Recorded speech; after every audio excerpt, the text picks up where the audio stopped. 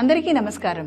నేటి వీడియోలో రిలేతో మరియు రిలే లేకుండా కంప్రెసర్ని ఎలా ప్రారంభించాలో మరియు డైరెక్ట్ కూల్ రిఫ్రిజిరేటర్ పనితీరును ఎలా పరీక్షించాలో తెలుసుకుందాం. లక్ష్యాలు: ఈ వీడియో ముగింపులో మీరు వీటిని చేయగలరు. 1. కంప్రెసర్ను రిలేతో ప్రారంభించడం. 2. రిలే లేకుండా కంప్రెసర్ను ప్రారంభించడం. 3. కొత్త రెఫ్రిజిరేటర్ యొక్క సంస్థాపన.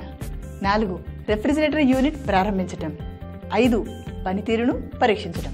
రండి, ఈ ప్రాక్టికల్ చేయడం కోసం మనకు కావలసిన సామగ్రిని సమకూర్చుకుందాం.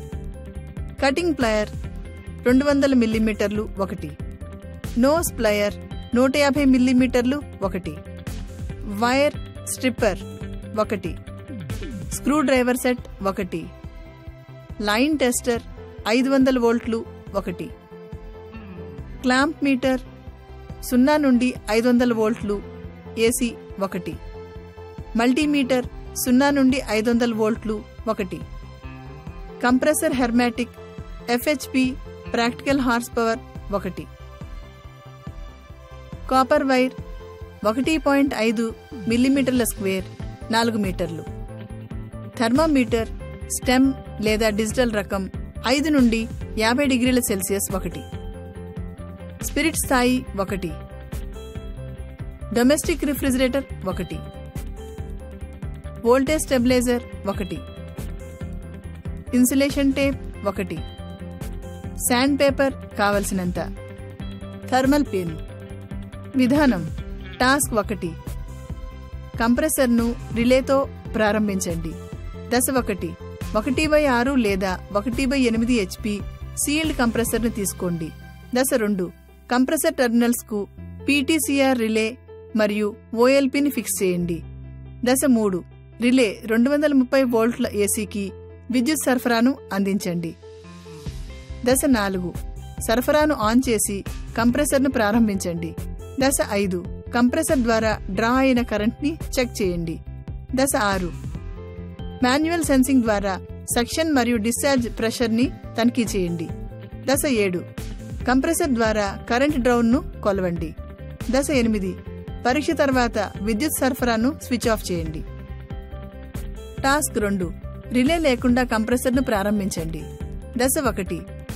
1 మీటర్ పొడవు గల వివిధ రంగుల వైర్ ముక్కలు 4 తీసుకోండి. దశ 2. క్లిప్లను సరిచేయడానికి ఒక చివర వైర్ను స్కిన్ చేయండి. దశ 3. రెడ్ వైర్ను కంప్రెసర్ టెర్మినల్స్ సిరీస్ కి యామ్మీటర్తో కనెక్ట్ చేయండి. దశ 4. బ్లాక్ వైర్ని C టెర్మినల్ కి కనెక్ట్ చేయండి. దశ 5.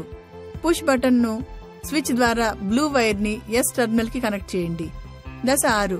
గ్రీన్ వైర్తో కంప్రెసర్కు ఎర్త్లింగ్ అందించండి. స్టెప్ 7. స్పిన్ ప్లగ్ని రెడ్, బ్లాక్ మరియు గ్రీన్ వైర్కి ఫిక్స్ చేయండి. దశ 8.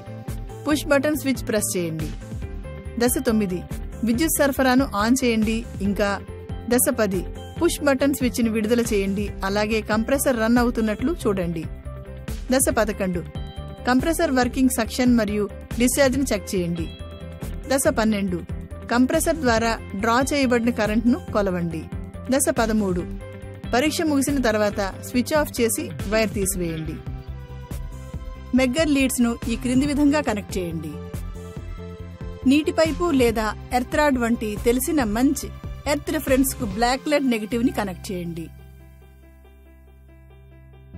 ఇన్సులేషన్ రెసిస్టెన్స్ కోసం పరీక్షించబడుతున్న కండక్టర్ లేదా కాంపోనెంట్ కు రెడ్ లీడ్ పాజిటివ్ ని కనెక్ట్ చేయండి. ఇన్సులేషన్ రెసిస్టెన్స్ టెస్ట్ చేయడానికి మెగ్గర్ ని యాక్టివేట్ చేయండి. అధిక రెసిస్టెన్స్ రీడింగ్ మంచి ఇన్సులేషన్ సూచిస్తుంది. అయితే తక్కువ రెసిస్టెన్స్ రీడింగ్ ఇన్సులేషన్ క్షీణత లేదా సంభావ్య లోపాన్ని సూచిస్తుంది. రెఫ్రిజిరేటర్ పనితీరును తనిఖీ చేస్తున్నప్పుడు voltage, current, watts, evaporator coil యొక్క ఉష్ణోగ్రత మరియు కండెన్సర్లోని వైబ్రేషన్ను కూడా తనిఖీ చేయాలి. రీకేప్: ఈ వీడియోలో వీటిని ఎలా చేయాలో మనం చర్చించాం. 1. కంప్రెసర్ను రిలేతో ప్రారంభించటం. 2. రిలే లేకుండా కంప్రెసర్ను ప్రారంభించటం.